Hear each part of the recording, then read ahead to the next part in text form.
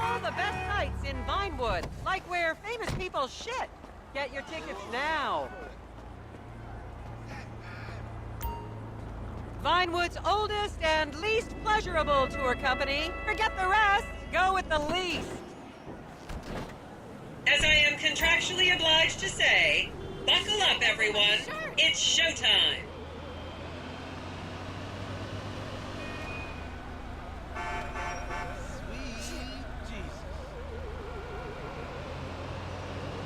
Vinewood is often referred to as the anal bleaching capital of the world.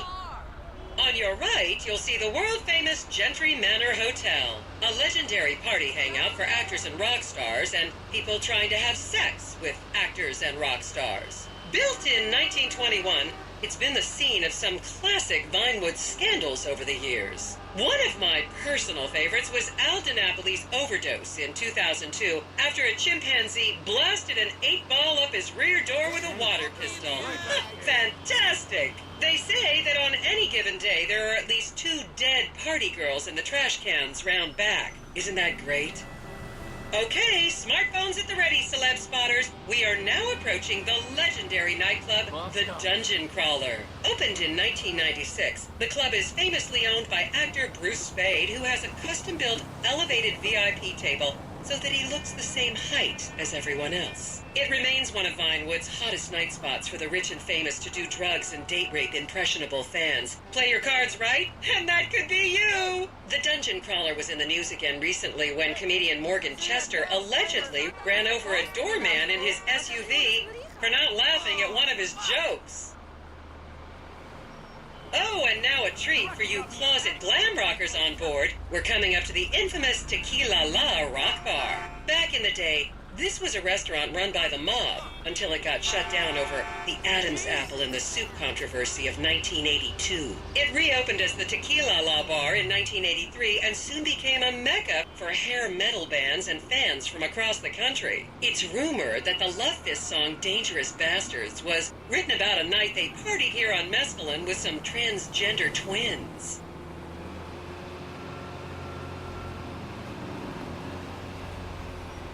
Now, this house up ahead is one of the many private residence of action movie director Mark Fostenberg. Fostenberg still maintains he was out of town when a 15-year-old Mexican girl was found dead in his pizza oven in 2007. The case was settled out of court and all charges were dropped. The girl's family now live on the next street. So this is the house of television exercise guru The Craze. You might have seen him degrading himself recently on Rehab Island. Do any of you remember the 80s? Huh, strange times. People didn't go to the gym back then. They did jumping jacks in front of the TV and leg warmers and headbands. The Craze swapped his gold lame leotard for a crack pipe in the 90s, but is reportedly now clean and in the best shape of his life. That's Vinewood's code for he's trying to make a comeback.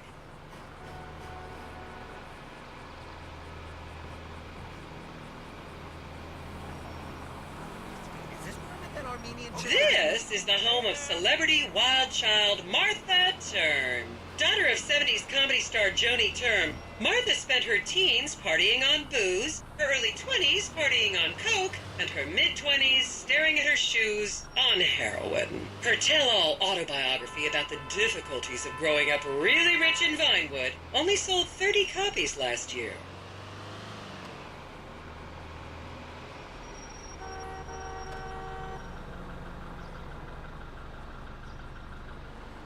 How come that's not even more famous?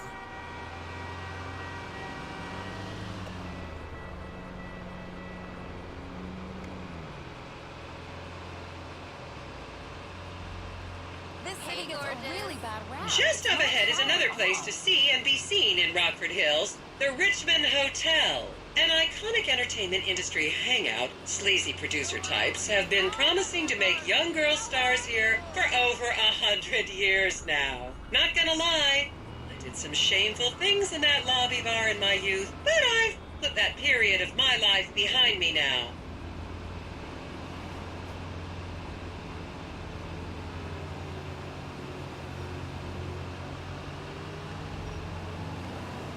I I should remind you this is a no-smoking bus. Unless, of course, it's medical marijuana, then you're all right.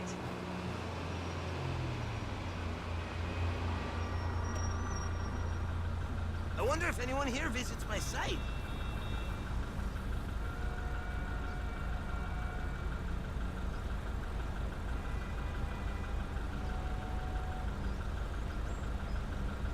I should pitch a banner exchange to them.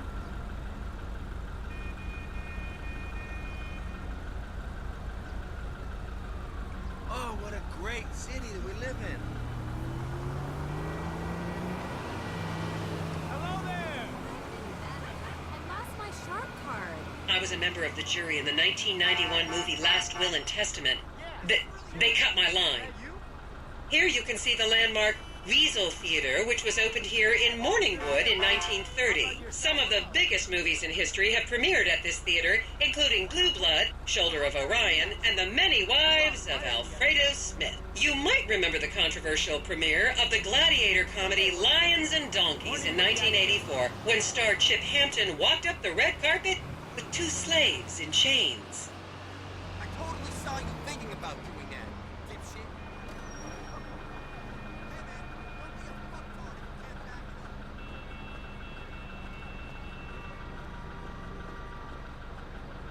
If anything, that's underrated.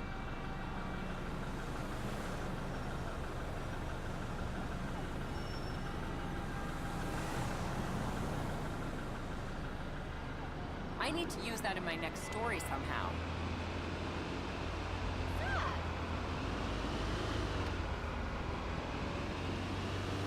Sí, muy maravilloso, muy chévere.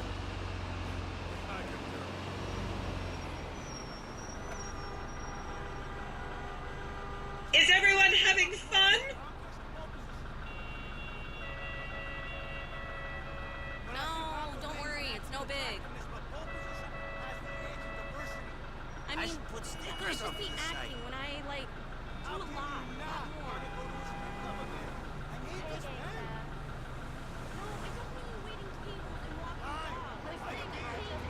That reminds me of my Epsilon lesson.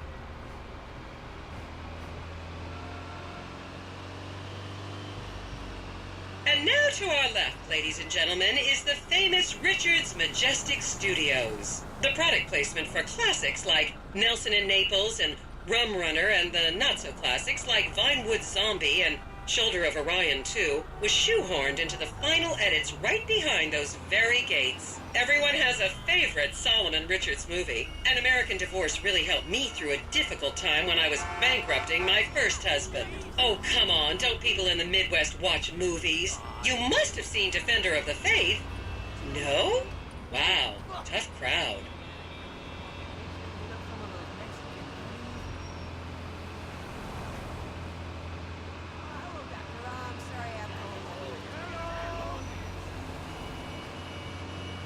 I wonder how much of this is true.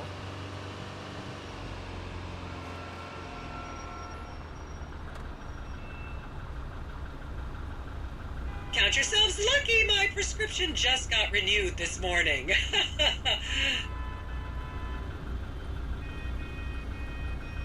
I'm so glad there are researchers who keep tabs on this stuff.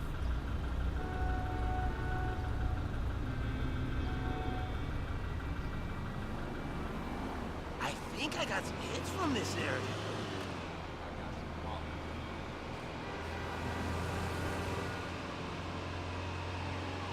Maybe they want to do a banner swap. What's up? Hi, how you doing?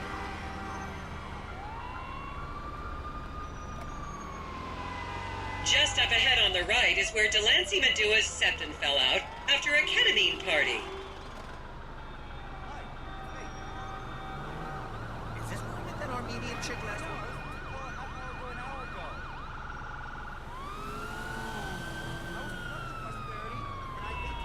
You think you really know a place until you go on one of these.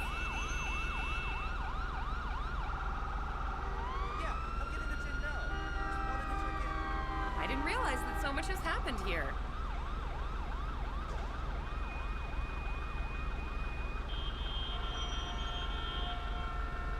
Remember, these people are rich and beautiful. That makes them better than us.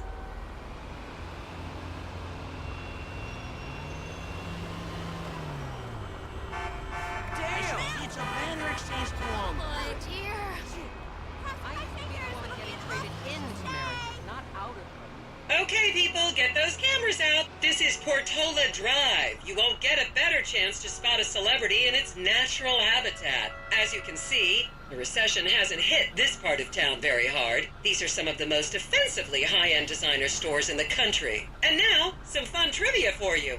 There have been a number of movies shot on Portola Drive, mostly awful ones about rich idiots, including the blockbuster 2005 romantic comedy, Shoe Whore, that's credited with sending women's rights back 50 years. The store we're passing now is where British star Charlotte Crown was caught on film in the changing room, eating and purging the same burrito over and over again, just like a dog. Hey, man. What's up?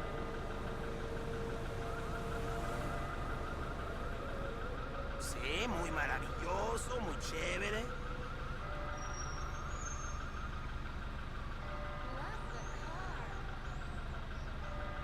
I always wondered why this is such a big deal.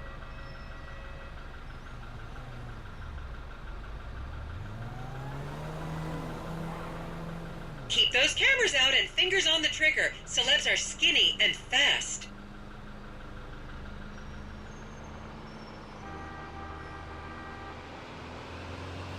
This is the Epsilon Center. Anyone with red hair, please cover it for your own safety. If you really want to meet a famous celebrity, this place is packed full of them. Take an introductory course. It changed my life. Kiflam!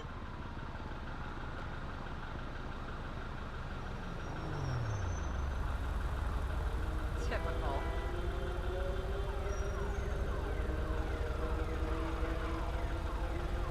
This city's had quite a history. See you at Bell's later.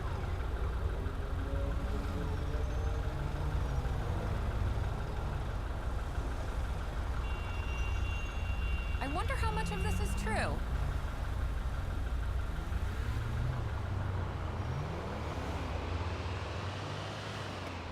I wonder if they should go on the blog. Yeah, Dad, I went to the dentist. To the left, you'll see a spot where a pizza boy claims that Play PG Jackson asked him to remove his shorts.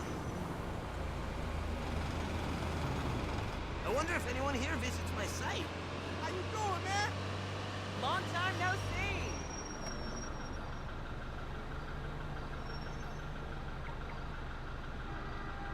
Another blessed day in sunny Santos.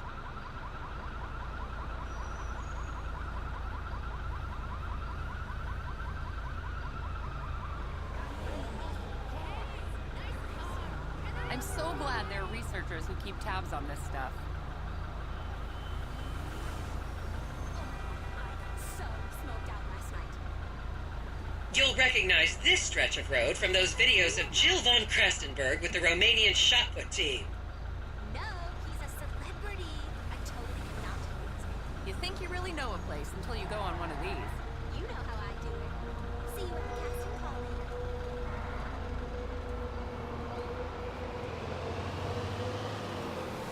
Maybe they want to do a banner swap.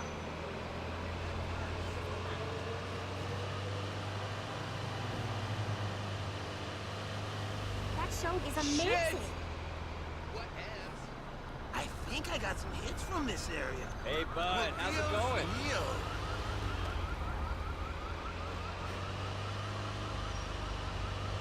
Don't you just love people you've never met and would have you arrested if you came within 10 feet of them?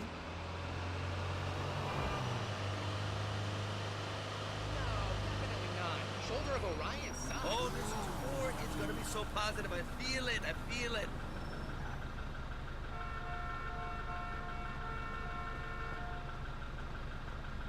I didn't realize that so much has happened here.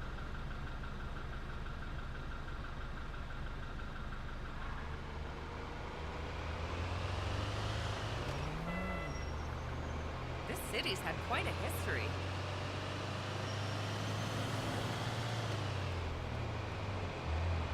And here is City Hall. This is where the mayor's office is, if any of you care. You might recognize this building from the 20-minute final dogfight to save Earth in the movie Invasion Los Santos.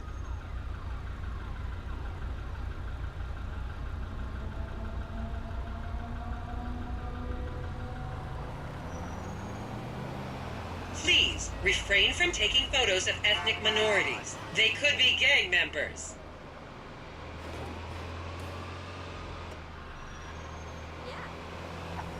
I wonder if I can sneak a sneaker there.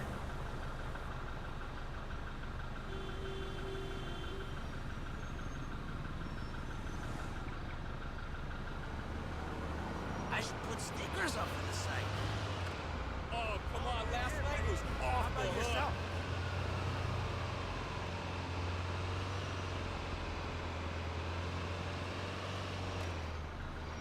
I'm not sure I agree with that explanation.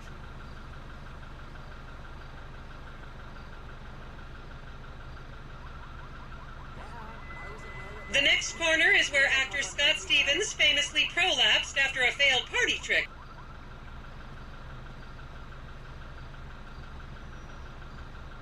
I need to use that in my next story somehow.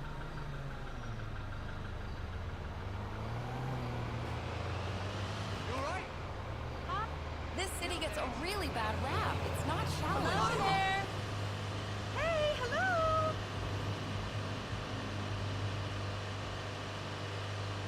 Qué lindo, eso es bien chévere.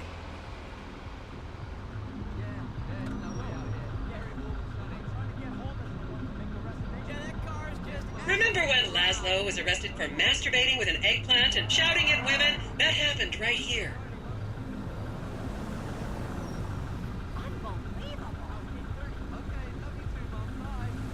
Sí, muy maravilloso, chévere.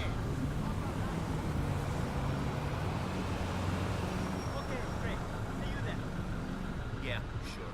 That's what they want you to think. Hello? Hola! And here we have the beautiful Oriental Theater. Riots broke out on the theater's opening night in 1928 as desperate fans tried to get upskirt shots of the legendary silent movie star Miriam Turner, much like you're doing today, except with really heavy cameras. My daughter tells me it isn't politically correct to say Oriental anymore, but considering some of the other common terms for Asians in the 1920s, the name could have been a lot worse. There's a saying that to go to Los Santos and not see the Oriental Theater is like going to China and not visiting a burger shop. You know, I've never really understood what that means, but You're a waste of space. Go to hell. We pay the town next week? I'm so glad they're and here we are, back on the strip. As they say in Vinewood, that's a wrap, folks. I hope I managed to take your minds off the economic downturn for just a little while. I'd like to remind any Europeans that 1% is an insult, not a tip. Enjoy the rest of your vacation.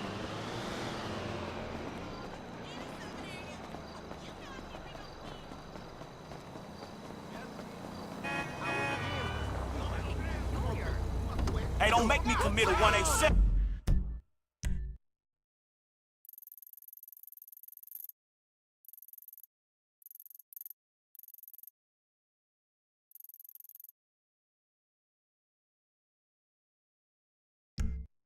Home. Motherfucker! I'm DJ